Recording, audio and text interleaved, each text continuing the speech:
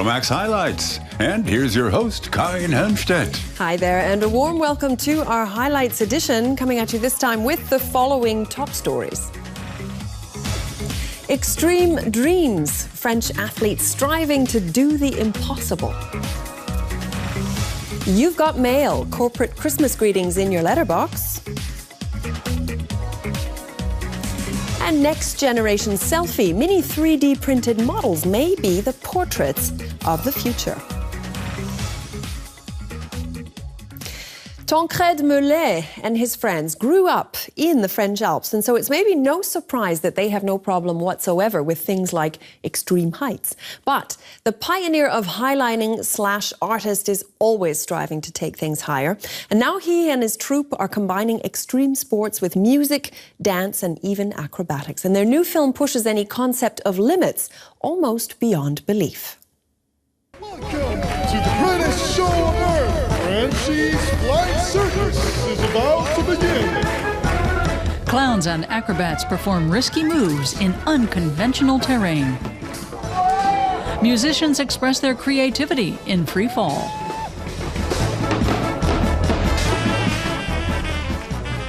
Tancred Mellet is a 30-year-old extreme athlete and artist. The Frenchman choreographed this unusual performance out in nature.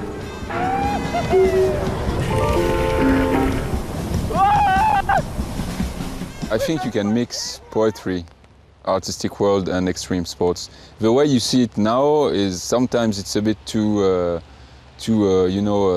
we are the best in the world, first time in the world, this guy is a daredevil, and so on and so on. Of course, we take a lot of risks, but you can have a different approach. We are more focused on having fun, in fact. We get inspired one by each other. In the film Petit Bus Rouge, the artists and athletes toured Europe in a little red bus. Their goal was to do the impossible in spectacular locations. Sometimes they even used the bus roof as a launch pad. I was doing the camera work, so I was filming my clown friend, and I remember him being really stressed when he was passing the fence. He was, having a strange face, and suddenly he checked where I was, and we had some eyes contact, and suddenly he had a big smile on his face while falling down. And this connection was something really, really powerful, a very strong feeling. The artists had to train every day. They had to be well prepared for the risky moves shown in the film. For instance, balancing on a slack line that stretched between two rocky peaks in the Mont Blanc mountain range without a safety net. You have fear, you cannot go without the fear, but the goal is to make abstraction of the fear and to focus on only crossing related to the risks. It's something to keep in mind. You are not playing. This time I was feeling peaceful. I think the surrounding was also helping me. All the big mountains, they are so big and so here that they calm yourself down. I was just in my element. I was like feeling in trance. 5 years ago, Mellet and his friends began filming their alpine slackline adventures. They had set up their nylon webbing between two high-rises in Paris. Tancred Mellet has produced 3 films. On the last 2, he collaborated with filmmaker Sébastien Montaz-Rosset. Usually they build a storyboard, they go and film what they want, but this time it's completely the opposite. We have an idea, we are completely free of what we want to do, and he comes and captures this freedom and this energy. And this is why he manages to capture the emotion, the real emotion. And what Mellet does on camera doesn't leave anyone indifferent. Over the years, he's dreamed up ever new forms of extreme sports. For instance, skydiving from a slackline down into the valley below, as close to the rock face as possible. Sometimes you take risks to provoke some questions, on on how it works, the death and the life and everything, but it's not going to last forever. No, I reach an age where I'm thinking of transmitting all my knowledge to maybe some children and to build up a family. So it's a personal quest and it will have an end. Tancred Mellet plans to keep making films, but in the future, his unusual projects will feature less extreme sport and more artistry. I'm sure his mother's pretty happy about that. Well, if you're one of those people who still sends Christmas cards, then by late November, you are probably scrambling, just like the rest of us, to get them into the mail. And outside the frenzy of digital communication, a real card via good old snail mail does have a special charm. Well, German companies know this only too well and will be sending up to 80 million cards in the weeks leading up to Christmas, which opens up endless possibilities for spin-off business.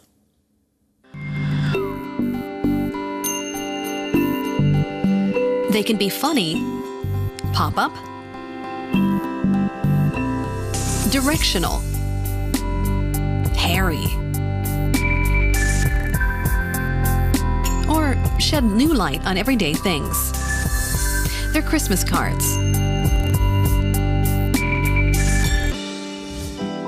Companies like Delo in Munich set great store by printed greetings at Christmas. In this digital world, a Christmas email just isn't enough, says Managing Director Sabine Herold. To stand out, there should be a new card in the corporate design every year, and at the very least, hand-signed. We like to write Christmas cards because they show appreciation for the customer at the end of the year and emphasize that our partnership has gone very well. I like to add my own notes to them to make them more personal. Most German companies order their Christmas cards from here, Carlos Publishing in Munich. Since June, its designers have been working exclusively on Christmas themes. Cards for a small handicrafts business might cost around €300, while large companies can spend 20,000 to 30,000 euros. Karl-Theo Welschow heads Carlos and knows the latest design trends. Until 15 or 20 years ago, the cards tended to have religious themes or drawings of winter landscapes. What's more in demand today are cards with simple graphic elements, such as Christmas trees with silver and gold foil stamping and a short text underneath. Or the year, again with minimal text, or the suggestion of a tree. Keeping it simple, less is more, but stylistically just beautiful. Carlos has added a website to pick up on another trend. Design it yourself Christmas cards for even greater individuality, using simple templates from the net. Motifs, colors, and fonts can be freely selected, and a company logo or family photo can easily be uploaded. Christmas cards are as popular with individuals as they are with businesses. I send personal ones, but I'm also a designer, and it's important to stay in touch with your customers. Preferably self-made or at least a self-designed card so that it's individual. There's nothing worse than kitschy pictures of houses in the snow with golden lettering, which I find very bad. Sure, I send Christmas cards, but only homemade ones. They're the most personal. Some I make myself and some I buy, but in that case they should be very simple. Creative ideas for the holidays. A chance for advertising agencies to show off. Every year, the Meta Design Agency organizes an internal competition for the most original Christmas cards at its 6 locations worldwide. Designers try to get in the top 10 because these are printed and sent as blank cards to customers. Meta Design spends €40,000 for this alone. Customers can then fill out the cards and send them to their friends. The Christmas cards are a wonderful opportunity to show our creativity, and I'm always impressed by everything that happens when we do this. We have, for example, this fragrant tree that you can punch out, which has a wonderful Christmas smell. We've got a reindeer that I can cut out and put together. And if it's not snowing, we have these glasses that I can put on. Now the arm's broken off, but that doesn't matter. The idea is still good, and I have a guaranteed white Christmas. The Christmas cards boom is also financing entirely different business models, such as this writing workshop in Berlin. 57 people with beautiful handwriting, most of them women, spend their time putting personal greetings to paper. They can do it for no more than 40 minutes at a stretch. Otherwise, the cursive letters get too scrawly. At Christmas especially, they write to a lot of people. Something handwritten expresses the personality of the person who sends it and appreciation for the recipient. It says simply that you've taken the time for someone. And Christmas is a great opportunity for companies to address their customers and send them a personal message.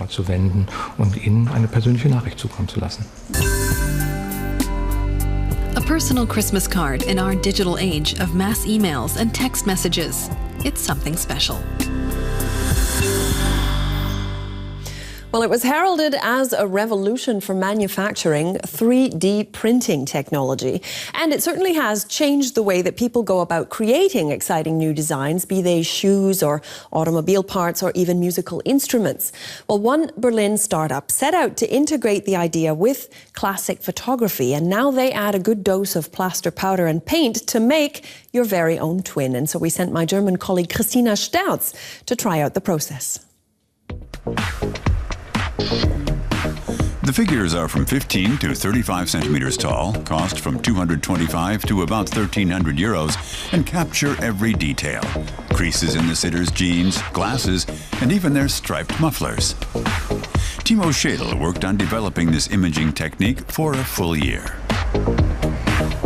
The idea behind it is the family portrait of the future. We're trying to expand on the classical medium of photography by adding the third dimension and revealing new visual angles.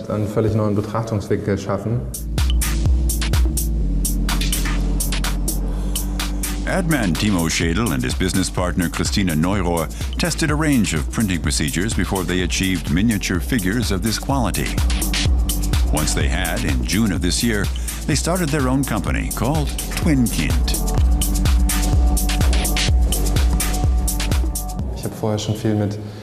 I'd already had lots of experience with 3D from working in animation, and I was inspired by the possibilities of the 3D printer. Then I discovered multicolor technology, and suddenly the idea was just there. Euromaxx presenter Christina Stautz visited the company to see exactly how it works. As a first step, Timo Schädel asks his customers what kind of image they're after and explains how the procedure works. Then comes the actual picture taking. In the scan room, 100 cameras are arranged to shoot photos of the subject from all possible angles.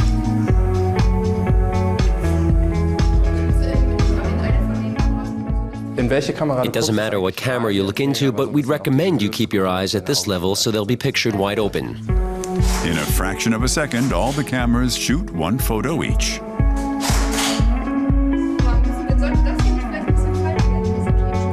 The photos can then be viewed on a computer monitor. The photo scan can be repeated until the customer is satisfied with the result. The principle behind it is called photogrammetry, in which you look at an object from at least two different points and calculate a three-dimensional image of it. Special software processes the photos into a 3D model. This can take several hours. Hamburg native Timo Schädel calls it digital handcrafting. His goal is to capture a sense of the subject's character. Then we get down to brass tacks, the printing. Basically, the powder bed 3D printer works much like an inkjet printer, but instead of ink, its medium is plaster powder. It builds up layer after layer in a powder bed, depositing a liquid binding material. This binds the particles with and without color. After completion of the printing process, you can dig out the product from a large volume of powder. About 5 hours later, the excess powder is removed with a vacuum cleaner. And we have Christina Stautz as a 3D miniature. An infiltrate fixative brings out the colors and details. The business partners are still perfecting the process. Eventually, we hope to develop this procedure to where the image is even more detailed, lifelike, and sharper. And within a few years, we hope to have it established in the market as a form where anyone might consider using it to make a family portrait. And Christina Sterz gets her own little mini-me. The next question is, does she really want a doppelganger? Ja, die kleinen Ohrringe.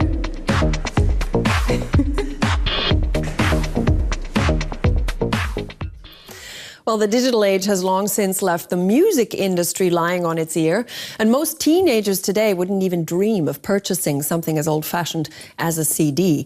Instead, they get all of their music online from downloads, and whether legal or illegal, well, the devil may care. And among musicians themselves, this trend has elicited some different reactions, some of which capitalize on the newfound freedom from classic label production. And the Bianca story from Switzerland is looking for its own revolution through crowdfunding and sharing. Swiss band The Bianca Story used this video as their online platform to publicize a drive for donations. Ein Tunnel muss gegraben werden. Singer Lia Redige explained to fans that the band needed 90,000 euros if the project were to succeed. Wir, The Bianca Story, 90.000 Euro. Erst dann ist unsere Musik frei. 90,000 euros. That's a lot of money for a little-known band. The Bianca Story are 5 musicians melding pop music with rock sounds and melancholy lyrics as they explore a new way of financing music recordings.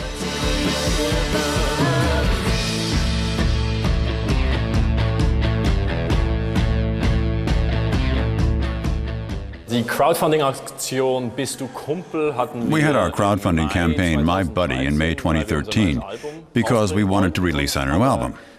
But standard crowdfunding wasn't the right solution anymore because we wanted to liberate our music from the market economy, which is pretty obsolete today, so that it can move freely like a bird out there. They call their project Crowdfunding 2.0. They call the principle everything for everyone. Fans had the opportunity to donate on crowdfunding website WeMakeIt.ch to finance the new album. In return, supporters are kept involved and informed. The band members even posted a video spelling out how the 90,000 euros would be used. 150 für Wurstbrote für die Band. Wie viel? 150, 80 für ein Fahrrad für die Sängerin. 30 für frische Socken. 150 für neue Klamotten. 50 für Kippen für den Mischer. Gelingt es uns mit deiner Singer Anna Weibel explained that if they succeeded, the music would be free. But the Bianca Story are hardly the first band to use this innovative financing model. It's helped many aspiring artists get their music to the listeners. Like Dutch singer Hind Laroussi. She fell out with a record label and struck out on her own. Her concept, every donor gets a cut of her CD's sales revenue.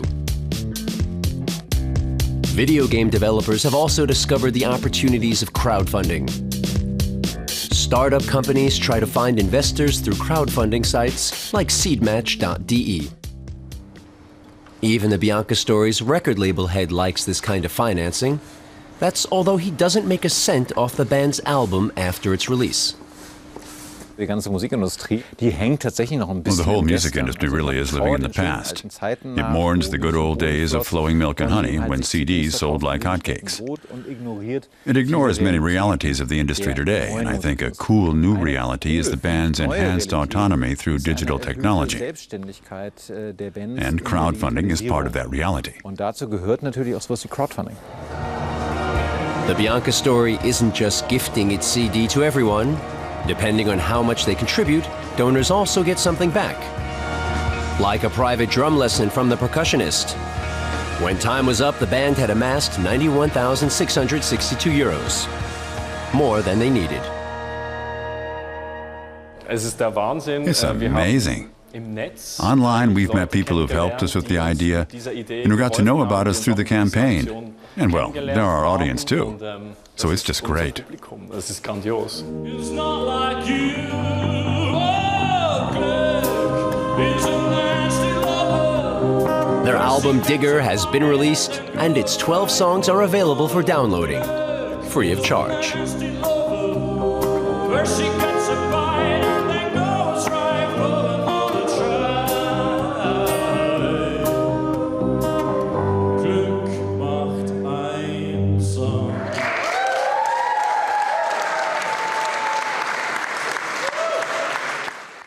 Well, think back to when you were a kid and you'll remember that cardboard boxes are wonderful things.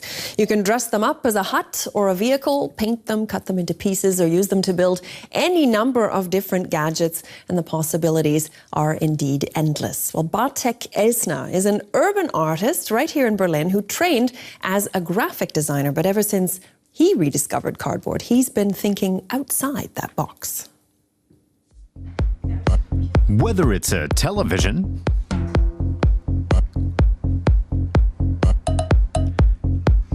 an aquarium, a flower pot, or a radiator, Bartek Elsner turns everyday objects into cardboard art installations. The enticing thing about working with cardboard is that it's very easy to work with and handle. You can fashion objects in various oversized formats. Plus, cardboard's easy to come by.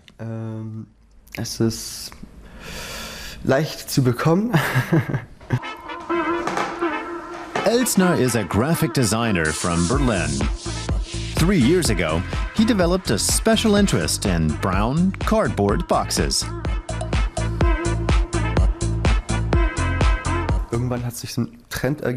At some point, there was a trend in graphic design to return to the real world, to construct things rather than Photoshop them. Why I even turned to cardboard, I don't know. I probably didn't have any paper at home. Cardboard has become the material of choice for the decor in the artist's apartment. He has a cardboard chainsaw, a cardboard machine gun, and a cardboard vase. But he makes these creations elsewhere, at this artist's workshop. Here he draws, cuts, and folds his popular cardboard artworks. His detailed designs have a big appeal, and not just to art lovers. My first client was an automaker. We constructed an oversized boombox around a Mini and had it driven through Zurich with loud music playing. This was to promote the city's international radio festival. That was followed by orders for a blazing fireplace and one for a slot machine for a communications firm. Elsner has received inquiries from around the globe. Here, he's designing a surveillance camera.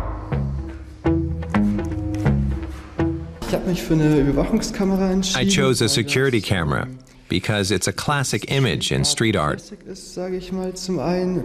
and because it's an object that's relatively quick to create.